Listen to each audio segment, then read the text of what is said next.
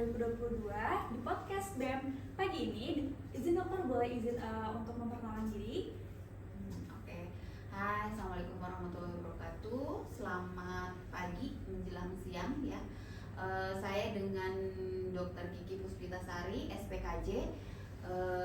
Saya dosen di FK Unjani, dosen psikiatri. Saya juga bekerja di Rumah Sakit Dustira sebagai psikiater di Rumah Sakit Dustira. Baik dokter. Nah dok, jadi beberapa waktu lalu kita dibumingkan oleh isu-isu dok terkait perundungan, khususnya itu di Fakultas Kedokteran dok. Nah jadi beberapa waktu lalu itu ada isu tentang perundungan sampai dokternya bunuh diri dok di salah satu universitas negeri di Jawa Tengah. Nah karena kita juga dari satu fakultas itu ya dok ya, teman sejawat mungkin. Nah di sini kita mau membahas sedikit dok tentang apa sih perundungan itu gitu, yang kita kaitkan dengan isu tersebut gitu dok. Jadi kalau dari saya sendiri dok, jadi kemarin itu sebelumnya saya sudah baca-baca dok sedikit tentang perundungan di lingkungan pendidikan gitu. Ternyata sebetulnya nggak hanya ada di Fakultas Kedokteran doang nih dok. Nah, dokter bisa nggak jelasin kenapa perundungan di lingkungan pendidikan, terutama kedokteran itu bisa berdampak sangat signifikan terhadap kesehatan mental korban dok? Oke. Sebenarnya kan bullying atau perundungan itu bisa terjadi ya. Jadi di seluruh baik nggak harus di mahasiswa ya. Jadi dari SD, mungkin dari TK pun, atau dari yang PAUD ya, dari PAUD, TK, SD, SMP, SMA semuanya juga mungkin ada mengalami perundungan. Tapi ada yang disadari, ada yang tidak. Itu sih perundungan itu ya, atau bullying itu. Bullying itu kan macam-macam, bisa verbal, bisa motorik ya. Jadi tapi ya itu tadi, ada yang disadari, ada yang enggak. Nah, mungkin kalau tadi pertanyaannya kenapa, gimana tadi, bisa diulangi lagi? Kenapa bisa berdampak gitu terhadap mental? Pasti, karena salah satu faktor yang menyebabkan terjadinya gangguan jiwa atau gangguan mental itu adalah, salah satunya adalah bullying. Mungkin secara teori ya, kalau seseorang mengalami gangguan mental atau gangguan jiwa itu, kita selalu menyebutnya ada 3 faktor ya, selalu biopsikososial ya. Jadi biologi, psikologis, sosial, biasanya ditambah lagi dengan spiritual ya. Jadi biologi itu salah satunya adalah genetik. Jadi kalau genetik keturunan, makanya kalau kalian kan misalnya mahasiswa ya, wawancara, ada nggak riwayat keluarga mengalami gangguan jiwa. Nah, genetik itu kita nggak bisa rubah, udah ada dari sananya nih. Tapi ada tidaknya faktor yang lain yang bisa menimbulkan gangguan itu, menyebabkan munculnya gangguan. Nah, selain biologi tadi ya, keturunan, ketidakseimbangan neurotransmitter, atau kalau orang awam mungkin nggak tahu tuh apa sih neurotransmitter, zat kimia di otak ya, contohnya dopamin, serotonin. Nah itu kalau nggak seimbang, itu biologi ya. Psikologis, sosial. Nah psikologis ini salah satu faktornya adalah si bullying ini ya.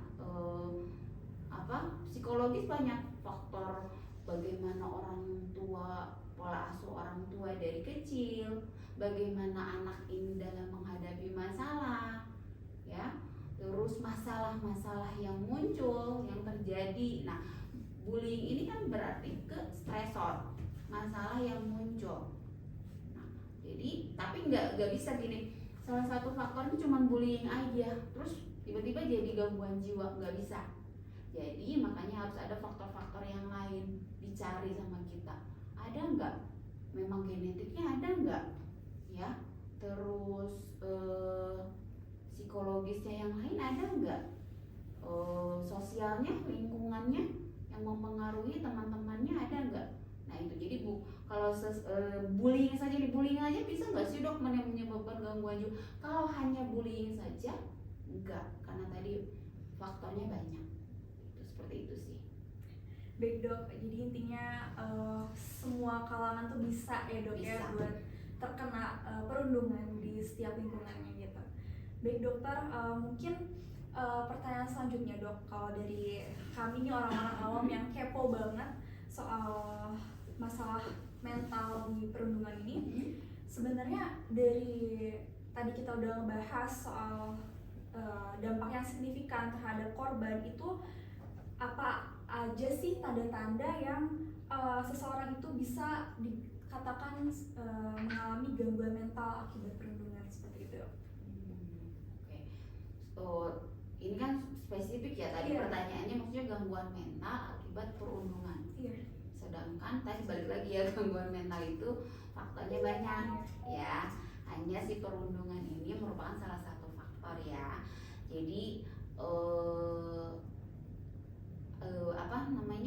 seseorang dikatakan gangguan jiwa gitu ya, atau gangguan mental itu kita selalu sebut apabila sudah mengganggu 3 fungsi ya. Jadi kita individu makhluk hidup itu ada 3 fungsi: fungsi sehari-hari, fungsi sosial, sama fungsi pekerjaan ya.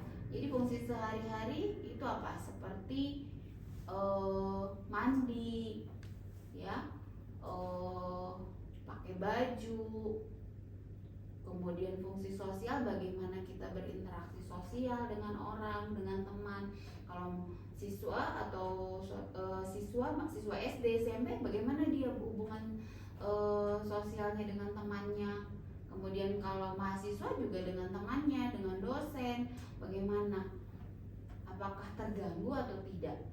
Kemudian fungsi pekerjaan itu jadi bukan berarti harus bekerja ya. Jadi misalkan kalian mahasiswa, berarti pekerjaannya adalah sebagai mahasiswa.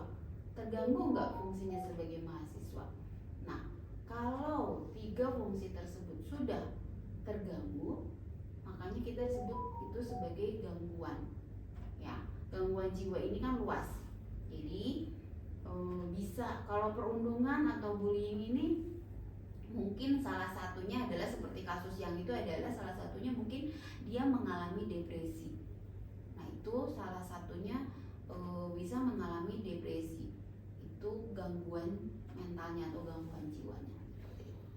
Baik dok, jadi pada intinya mengganggu 3 peranan penting tadi ya, dok ya. betul. Jadi kalau misalnya dari orang-orang yang mengalami 3 hal tersebut itu dok, kita bisa meminta pertolongan kemana ya dok kira-kira? Kalau meminta pertolongan nih, sebenarnya bentar ya, saya ini dulu. Pertolongan itu bisa kemana aja sebenarnya ya. Yang paling dekat contohnya siapa? Teman ya. Kalau teman, lingkungan, kemudian keluarga. Yang paling dekat kan keluarga. Tapi kadang-kadang juga karena masih stigma ya mengenai gangguan jiwa ini, kan masih stigmanya masih buruk. Jadi kadang anak ini udah bercerita sama keluarga, sama orang tua, sama ibu, sama ayah, tapi dianggap misalkan ya, masih banyak ya stigmanya, kamu kurang iman gitu ya, atau apa sih segitu aja kok cengeng gitu ya. Sehingga dia sebenarnya dia udah bercerita nih sama orang tua, sama keluarga, tapi dianggap remeh. Sehingga dia mencari bantuan, misal untung-untung nih sama temennya juga mendukung. Tapi kalau temennya juga tidak peduli, nah itu yang sebenarnya. Nah kalau memang yang terdekat nih, teman, keluarga, bisa. Kalau dia mahasiswa, dosen ya. Kalau kalian kan misalkan ini ada kan dosen pembimbing misalkan ya, atau enggak kalau di sini nih di Fakultas Kedokteran Unjani kan ada bimbingan konseling gitu ya. Jadi biasanya kalau ada mahasiswa yang dosen-dosen ini kan sebenarnya memperhatikan nih, ada nggak di antara mahasiswa misalnya suka kelihatan tuh waktu ujian misalkan ya blocking atau gimana, nah itu kita pasti kenapa nih anak ada apa, atau dari nilainya. Nah itu biasanya kita telaah, kita evaluasi, kita diskusikan ini anak ada apa. Nah seperti itu intinya. Atau kalau mau lanjut lagi bisa mencari pertolongan kemana? Ke psikolog. Ya kalau misalkan karena masih stigma nih ke psikiater, sebenarnya paling ujung tuh psikiater ya. Cuman biasanya ke psikolog dulu nih. Nah di psikolog ini bisa kalau di psikolog biasanya nanti kalau ini membutuhkan terapi obat-obatan, maka akan dirujuk kembali ke psikiater. Seperti itu. Baik dok, berarti langkah awal banget nih buat minta pertolongan tuh bisa ke siapa aja dok, Bisa, tapi ke iya. biasanya orang-orang tuh ya paling ke teman dekat sih dok, Iya. teman dekat atau keluarga gitu ya dok. Barangkali dari teman-teman juga nggak punya keluarga yang barusan ya dok, nggak bisa merangkul, itu bisa banget datang ke temen atau ke lembaga-lembaga yang menaungi gitu ya dok. Ya, sebenarnya sekarang lebih gampang ya.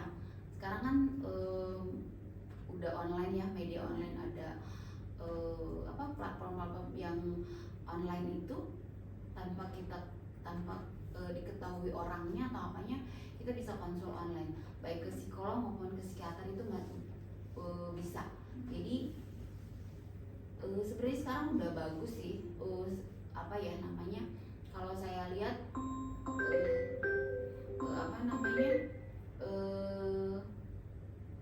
rasa aware-nya itu udah bagus dibanding zaman dulu ya. Jadi mereka akan mencari pertolongan, udah pintar-pintar sebenarnya ya. Secara online itu saya tuh pernah juga praktek di yang platform online itu sampai kewalahan gitu, sampai waktunya ini saking banyaknya banget gitu. Seperti itu sih. Baik dok, berarti secara lapangan tuh orang-orang juga udah aware sebetulnya dok ya untuk melakukan konseling langsung gitu di online gitu ya dok ya. Baik dok, untuk pertanyaan selanjutnya, sebelum kita beralih nih dok, tadi kan sudah ngobrolin tentang macam-macam dampak, terus gimana cara kita bisa ngebantu dan gimana kalau misalnya diri kita atau lingkungan sekitar kita butuh pertolongan.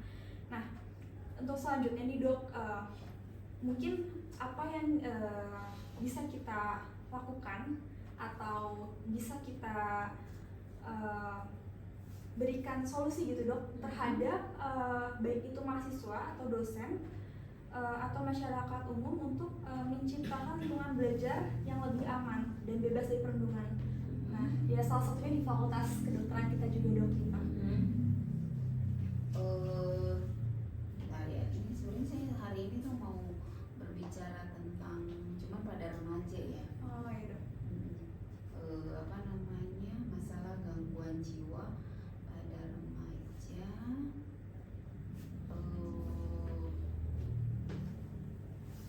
Sebenarnya ya, kalau tadi bagaimana cara mencegah gimana? Jadi gimana cara kita untuk ya kayak mencegah di lingkungan kita dok, dari itu baik mahasiswa, dosen, kemudian masyarakat umum untuk menciptakan lingkungan belajar yang baik gitu dok, yang terbebas dan lebih aman, lebih aman dari perundungan gitu dok.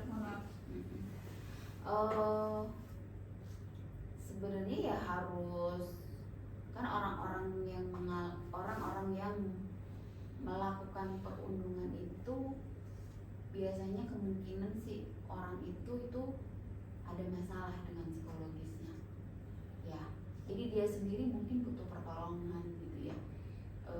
Dia kalau di lingkungan sekolah, di lingkungan kampus ya harus banyak edukasi.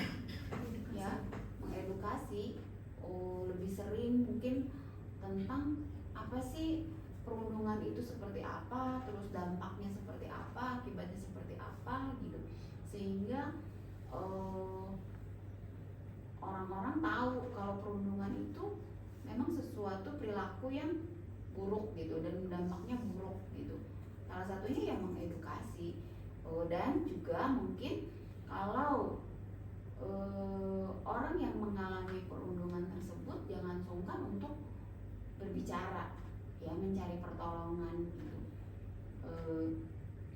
Tetapi gini, mungkin gimana ya cara saya mungkin ini yang perundungan yang kalau di kampus, contohnya ya kalau residensi atau kuliah itu kan masalahnya adalah dimana ketidakmampuan atau seseorang itu untuk melaporkan karena ketakutan kalau saya melapor, kalau saya atau mungkin dia sudah melapor, sudah mengeluh tapi diabaikan karena tadi ada hierarki tadi ya, hierarki di kampus yang senior junior, sehingga junior takut. Nah itu sebenarnya harusnya udah dihapuskan sih, ya. Jadi sama rata, sama rasa gitu. Jadi nggak ada lagi junior senior, kan masih sama-sama. Jadi akibat tadi senioritas tadi sehingga terjadi perundungan tadi, sehingga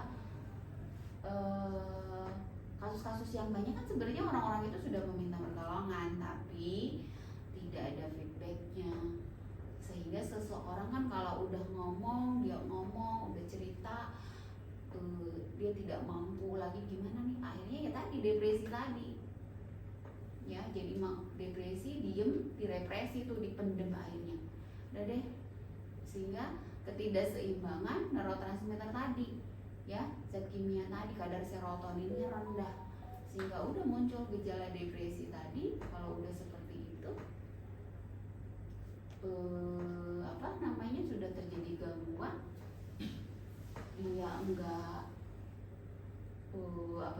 kalau ditolong dengan cepat mungkin akan cepat ya pertolongannya, sehingga nggak muncul mungkin ide-ide bunuh diri atau segala macem gitu.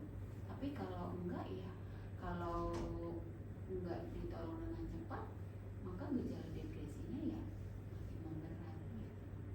Baik dok, kalau kita udah ngobrolin tadi dok tentang dampak dan ciri-cirinya gitu ya dok.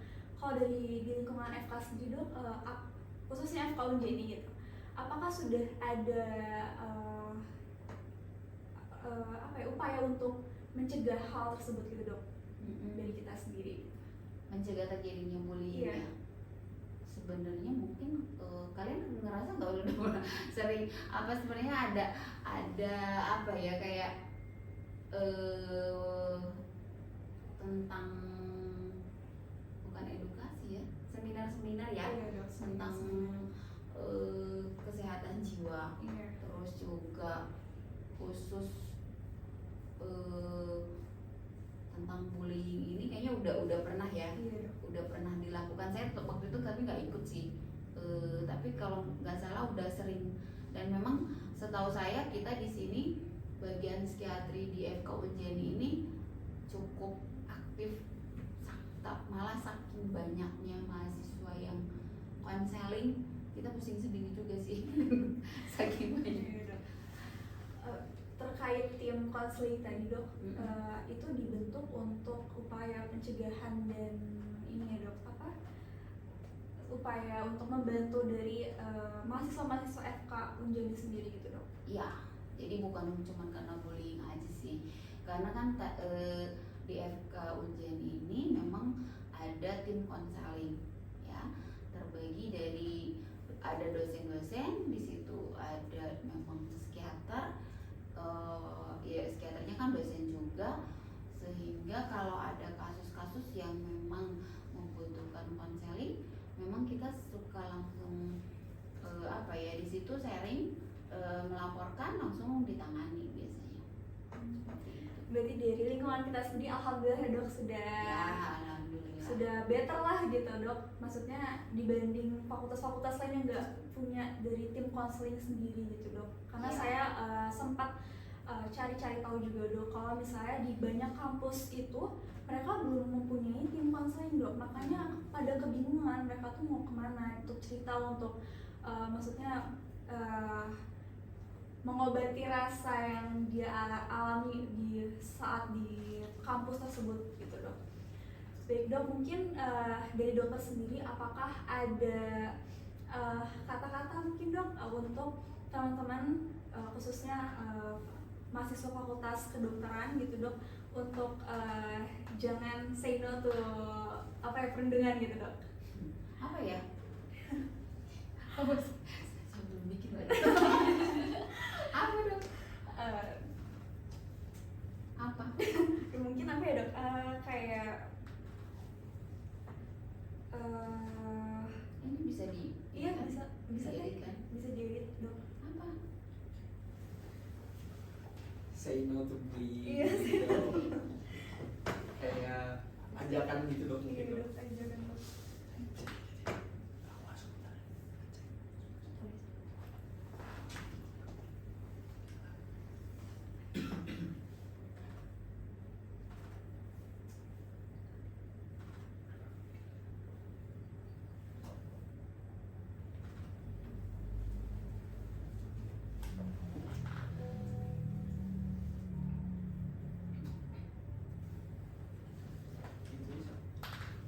Apa dong? Ajakan mungkin.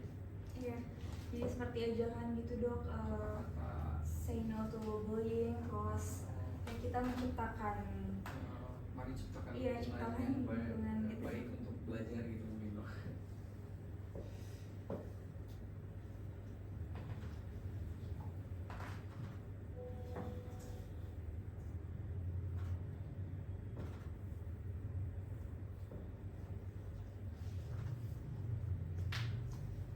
Oh, ini aja deh ya, apa ya?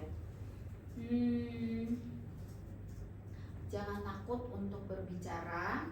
Mari kita bersama-sama menghentikan bullying dan menciptakan lingkungan yang lebih baik. baik Itu dok. aja ya. Baik, mau gitu aja dok? Udah deh. Baik dok, mungkin terima kasih atas podcast pada pagi hari ini.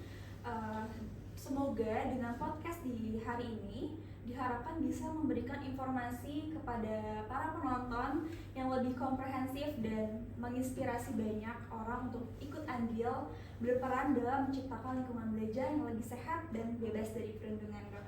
Oke, terima kasih. Mungkin saya terakhir juga ya. Jadi mahasiswa, ini khususnya mahasiswa ya, karena mahasiswa kedokteran Unjani atau mahasiswa kalau memang mengalami bullying, bukan bullying aja ya, misalkan mengalami memang gangguan-gangguan jiwa atau kesehatan mentalnya merasa terganggu, kadang kan merasa sungkan untuk berkonsultasi dengan dosen sendiri ya. Boleh, asal kalian meminta pertolongan itu boleh kemana saja ya, nggak harus dosennya sendiri, boleh ke psikiater yang lain yang memang dikiranya bisa membantu gitu ya. Jadi nggak harus terpaku ke saya harus konsul nih karena saya Unjani itu saya harus Unjani, enggak. Jadi yang penting kalian tahu minta pertolongan itu aja ya. Jadi kalau terjadi sesuatu minta pertolongan, crying for help itu yang paling penting ya. Jadi nggak harus dosen sendiri, dan sebenarnya kasusnya banyak dan rata-rata yang udah konsulkan sama saya pun banyak kok yang konsul di luar ya, mau ada yang di Hermina di mana gitu, seperti itu ya. Baik dok, Gitu ya. terima kasih banyak dok atas inspirasinya. Oke, jadi khususnya untuk mahasiswa kedokteran seluruh Indonesia, intinya jangan sungkan untuk meminta pertolongan pada siapapun, dimanapun dan kapanpun. Nah, terima kasih banyak dokter atas inspirasinya pada podcast pagi hari ini. Semoga podcastnya ini bermanfaat bagi semua orang yang di luar sana. Semoga bermanfaat ya. Terima kasih dok. Mohon maaf kalau ada kata-kata yang kurang berkenan atau yang salah ya. Ya, baik dok. Terima kasih.